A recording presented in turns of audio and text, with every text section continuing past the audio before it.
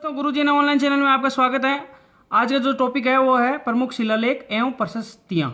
ठीक है, इसको पढ़ने से पहले मैं आपको बता देता हूँ कि अभी भी आपने इस चैनल को सब्सक्राइब नहीं किया, लाइक नहीं किया और सपोर्ट नहीं किया था, बिल्कुल निश्चिंत होकर ये कर सकते हो। ये बिल्कुल फ्री है दोस्तों। चलिए टॉपिक की शुरुआत करते हैं। प्रमुख शिलालेख, तो शिलालेखों की बात कर लेते हैं कि शिलालेखों के अंतर्गत क्या क्या चीज़ें आती है। पहले इनके बारे में डिटेल से पढ़ेंगे, फिर उसके बाद में जो प्रमुख शिलालेख है उनको पढ़ेंगे।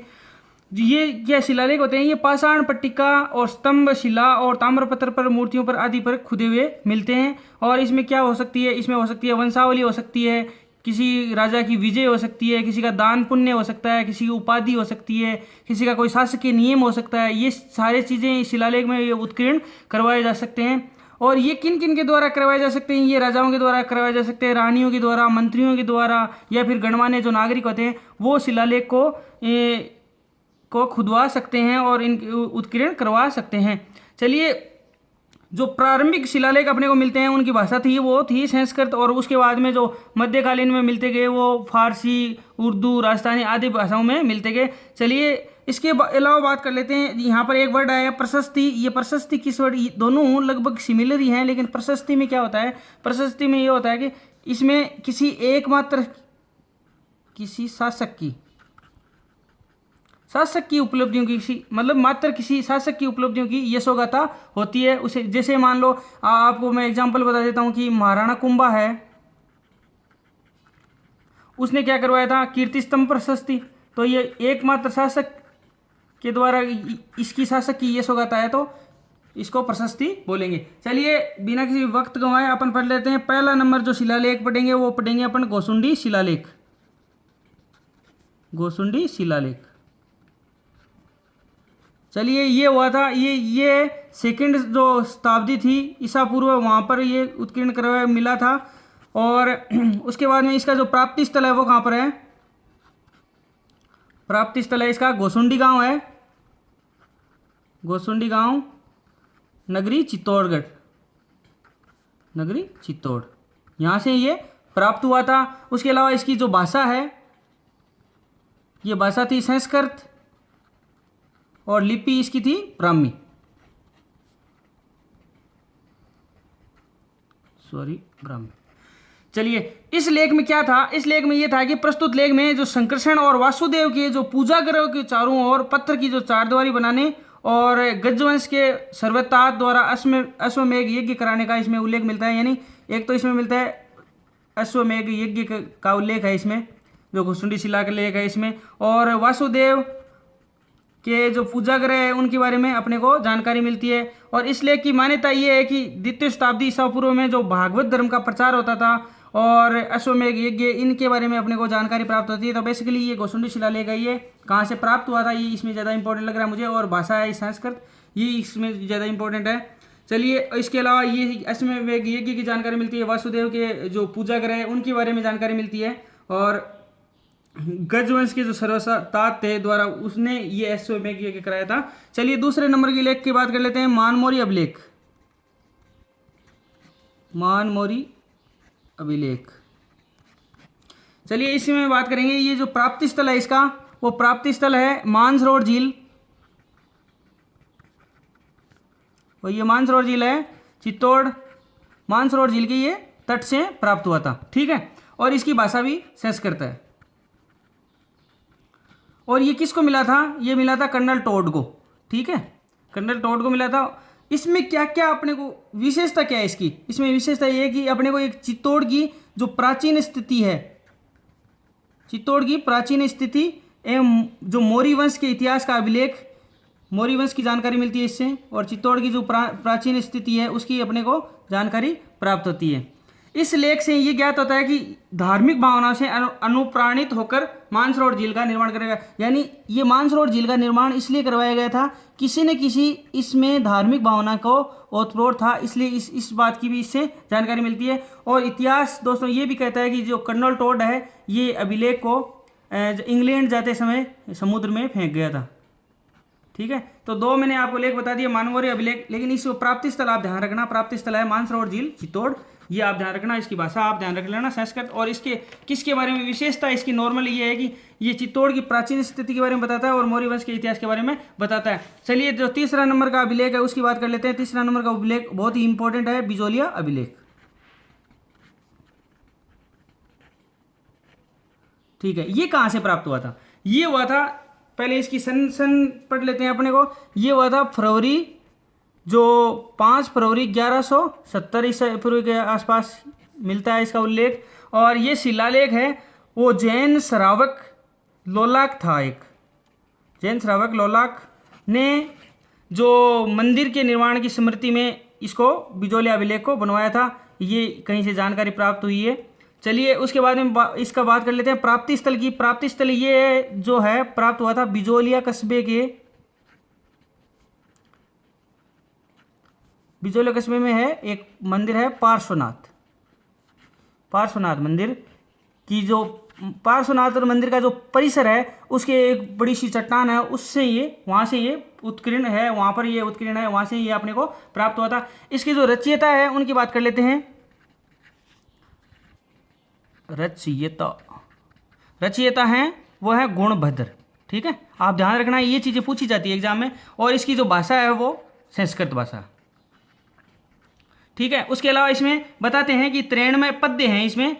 और अब इसकी जो इम्पोर्टेंस है वो विशेषता है वो आप ध्यान से देख लीजिए। एक तो इससे क्या पता लगता है, चौहानों का इतिहास है ना, इस बिजोलिया शिलालेख से अपने को पता लगता है। ये चौहान कहाँ कहाँ थे, सांबर अजमेर जहाँ भी थे ये चौहान, और उनके बारे इतिहास के बारे में अगर जानकारी मिलती है वो कहाँ से मिलती है, बिजोलिया शिलालेख से मिलती है। ये चौहानों का इतिहास जानने का महत्वपूर्ण साधन है। और इस अभिलेख में क्या उल्लेखित है, एक विप्र है, एक श्लोक है, विप्र है श्री वत्स गोत्रे भूत है। ठीक है, ये उत्कीर्ण है। और इससे अपने को पता चलता है कि जो चौहान थे वो इसी के आधार पर चौहानों को अपन क्या मानते हैं, ब्राह्मण मानते हैं। तो ये बहुत बड़ी विशेषता है दोस्तों अपने आप में एक एग्जाम के पॉइंट ऑफ व्यू से। और इसको ब्राह्मण मानते हैं डॉक्टर दशरथ शर्मा। इसी के आधार पर डॉक्टर दशरथ शर्मा क्या मानते हैं, जो चौहान है उनको ब्राह्मण वंशीय मानते हैं, क्योंकि ये इस बिजोलिया शिलालेख में विप्र है श्री वत्स गोत्र भूत ये लिखा हुआ है, इसलिए इसको ब्राह्मण कहा गया है। और इसके अलावा इसकी जो सेकंड नंबर विशेषता है वो बात कर लेता हूँ बिजोलिया शिलालेख की। इससे अपने को क्या प्राप्त होता है, प्राचीन जो नगर हैं उनके जो प्राचीन नगरों के नाम अपने को यहाँ से देखने को मिलता है। जैसे एग्जांपल मैं ले लेता हूँ, जैसे मैंने आपको जालौर पढ़ाया था उस टाइम मैंने बताया था जावालीपुर है, वो बिजोलिया लेख से अपने को पुराना नाम मालूम पड़ता है, ये जालौर का पुराना नाम है। उसी के अलावा श्रीमाल है, श्रीमाल ये भीलमाल का पुराना नाम है। ठीक है, ये अपने को कहाँ से प्राप्त होता है, ये प्राचीन नगरों के नाम कुछ, ये शाकंभरी है, इसका सांबर को बोला गया है। ठीक है, ये प्राचीन नगरों नाम अपने को कहाँ से प्राप्त होता है, बिजोलिया शिलालेख से प्राप्त होता है। अब जो नेक्स्ट है वो फोर्थ पढ़ेंगे अपने, वो पढ़ेंगे चीरवे का अभिलेख। चीरवे का अभिलेख, चलिए ये मिला था 1273 ईस्वी के ईसा पूर्व के आसपास का है। चलिए इसमें बात कर लेते हैं। इसमें जो ये कहाँ से प्राप्त होता है, ये प्राप्त होता है चीरवा, ये एक उदयपुर में एक गांव है चीरवा, वहाँ से ही अपने को ये प्राप्त हुआ था। और किसी चीरवा के जो मंदिर, चीरवा गांव है वहाँ पर एक मंदिर है, मंदिर के अंदर द्वार पर ये उत्कीर्ण था। तो ये मैंने आपको बता दिया, प्राप्ति स्थल इसका बता दिया। उसके अलावा इसमें जो एक विशेषता ये है, इसमें 51 श्लोक हैं। ठीक है, और ये इसकी जो विशेषता है ये किसके इतिहास के बारे में बताता है, ये बताता है मेवाड़ के जो गुहिल वंशीय शासक थे बप्पा रावल के वंशज, उनके बारे में बताता है। यानी ये मेवाड़ के गुहिल वंशीय शासकों बप्पा रावल के वंशज थे उनके बारे में बताता है। ठीक है, जैसे मैं आपको नाम बता देता हूँ, जैसे पद्म सिंह, जैत्र सिंह, ठीक है, तेज सिंह, सम्मर सिंह, ये मैंने सारे आपको पढ़ाए हुए हैं दोस्तों। मेवाड़ का इतिहास जब आप पढ़ोगे तो वहाँ पर आपको ये सारे शासक मिल जाएंगे। तो ये जो मैंने इसी चीरवा का अभिलेख है ये बताता है गुहिल वंशीय शासक बप्पा रावल के वंशज हैं पद्म सिंह, जैत्र सिंह, तेज सिंह, सम्मर सिंह, इनके बारे में ये उपलब्धियों का, इनकी कीर्ति यश गान का इनका वर्णन जिसमें मिलता है। इसके अलावा इसमें जो अनइम्पोर्टेंट सी बात है, इस लेख से अपने को गोचर भूमि, पाशुपत शैव धर्म, सती प्रथा, आदि पर भी इस चीरवे के अभिलेख में प्रकाश पड़ता है। इसकी जो इस लेख के द्वारा जो प्रशस्तिकार हैं रत्न प्रभु सूरी, लेखक है पार्श्वचंद्र तथा शिल्पी देलन का बोध होता है इस चीरवे के अभिलेख से। कोई खास इंपॉर्टेंट वाली बात नहीं है, लेकिन अपने को जो ध्यान रखना है वो ध्यान ये रखना है कि ये चीरवा से वहाँ से प्राप्त हुआ था और इसमें किसका वर्णन है, गोइल वंशीय शासकों को बप्पा रावल के जो वंशज हैं उसके वर्णन है। चलिए बिना किसी वक्त गवाए 5वें अभिलेख की बात कर लेते हैं। इसका नाम है जगन्नाथ राय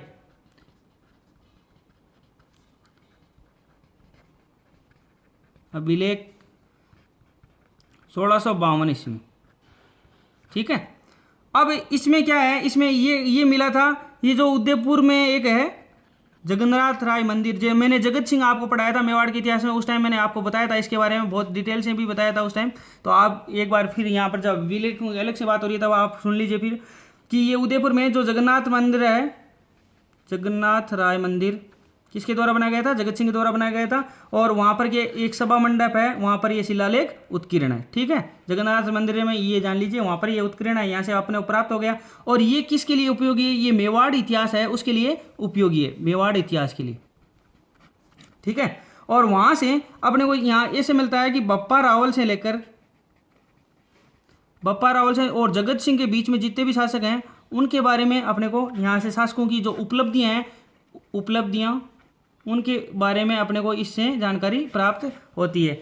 और इसके अलावा इसमें जो बेसिकली जो इम्पोर्टेंस वाली बात है वो है ये, एक तो अपने को इससे जानकारी होती है हल्दी घाटी का जो युद्ध है वो इससे अपने को जानकारी प्राप्त होती है। उसके अलावा जो महाराणा, मैंने आपको बताया जगन्नाथ मंदिर का निर्माण किसने कराया था, जगत सिंह ने। और जगत सिंह के जो दान पुण्य के कार्य हैं उनके द्वारा यशोगान है, उनकी उपलब्धियां हैं, ये सारे इसमें उत्कीर्ण है, यानी अपने को यहाँ से मिलता है। अब इसके अलावा इसमें जो इंपॉर्टेंस वाली बात है वो याद ध्यान रख लीजिए, इसका जो रचयिता था वो तेलंग ब्राह्मण था कृष्ण भट्ट।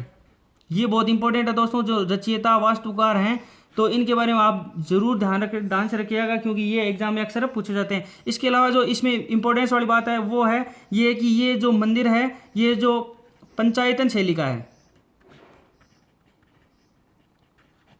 ये जो मंदिर है जगन्नाथ राय मंदिर ये पंचायतन शैली मंदिर के बारे में मैं यहाँ पर भी बता देता हूँ आपको।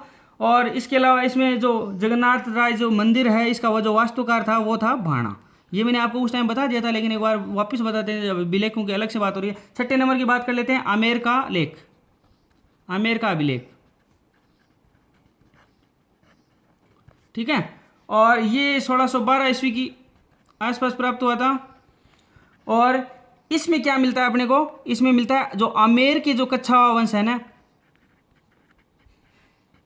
कच्छावा वंश, इनके इतिहास के बारे में ये लेख इंपॉर्टेंस रखता है। तो यहाँ पर देखो अब एग्जाम में कैसा पूछा जाएगा, ये जगन्नाथ अभिलेख निम्न में से है किसके बारे में, तो मेवाड़ के इतिहास है, आमेर के इतिहास है, तो अपने को पता होना चाहिए कि मेवाड़ के इतिहास है। तो इसी प्रकार आमेर का जो अभिलेख आमेर के कच्छावा वंश के लिए इंपॉर्टेंस है। और इसमें क्या कहा गया है, इसमें जो आमेर के जो शासक हैं, जो कच्छावा शासक हैं, उनको क्या कहा गया है, रघुवंश तिलक, यानी भगवान राम के जो वंश हैं इनको बताया गया है। इसके अलावा इसमें क्या मिलता है, जो भारमल है, मैंने आपको पढ़ाया था, पृथ्वीराज, भारमल, भगवंत दास, मान सिंह, इनके बारे में इसमें जानकारी प्राप्त होती है। भगवंत दास और मान सिंह आदि का इसमें उल्लेख होता है। ठीक है, और इसमें क्या बताया गया है, जो ये मान सिंह है इसको क्या पुत्र, भगवंत दास का पुत्र बताया गया है इसमें। ठीक है, ये कोई इंपॉर्टेंट वाली बात नहीं है लेकिन मैं बता रहा हूँ। और इसके अलावा इसमें बताया गया है जो मान सिंह है, मान सिंह ने क्या करवाया था, जमुआ रामगढ़ दुर्ग का निर्माण करवाया गया था, जमुआ रामगढ़ दुर्ग का निर्माण करवाया। तो ये इसमें इंपॉर्टेंस वाले, लेकिन इसमें जो इंपॉर्टेंस वाली बात निकल के सामने आती है वो ये आती है कि आमेर का कच्छावा वंश का इतिहास है। और इसमें क्या बताया गया, आमेर के जो कच्छावा वंश है उनको रघुवंश तिलक बताया गया है। उसके बाद में जो एक नेक्स्ट छोटा सा है उसकी बात कर लेते हैं, बडली का अभिलेख। ये 7वें नंबर की बात कर लेते हैं, बडली का अभिलेख। ये कहाँ से प्राप्त हुआ था, ये कहलाता है राजस्थान का जो प्राचीनतम शिलालेख है ये कहा जाता है राजस्थान का प्राचीनतम। ठीक है, और ये मिलता है अपने को अजमेर है, अजमेर से कुछ ही दूरी पर 30-35 किलोमीटर दूरी पर एक बडली के पास स्थित है। बडली के पास ये बिलोत माता का मंदिर है, बिलोत माता का मंदिर, वहाँ से अपने को ये प्राप्त हुआ था। तो इसमें कोई बेसिकली कोई इंपॉर्टेंस वाली बात नहीं है लेकिन फिर भी। और इसके अलावा इसमें है वो ये लगभग 2nd ईसा पूर्व का है, वहाँ, और ब्राह्मी लिपि है, इसमें लिपि आप ध्यान रख लेना, ब्राह्मी लिपि है, और ये अभी हाल फिलहाल में अजमेर संग्रहालय में स्थित है। चलिए दोस्तों, अपने 7 अभिलेख की बात कर लेती है। नेक्स्ट पार्ट में अपन नेक्स्ट प्रशस्तियों, नेक्स्ट अभिलेखों की बात करेंगे। तब तक के लिए आपका बहुत बहुत धन्यवाद, और इस वीडियो को आप लाइक कीजिए, सब्सक्राइब कीजिए और नीचे जाके कमेंट कीजिए, और अपने आसपास सफाई जरूर रखिए दोस्तों।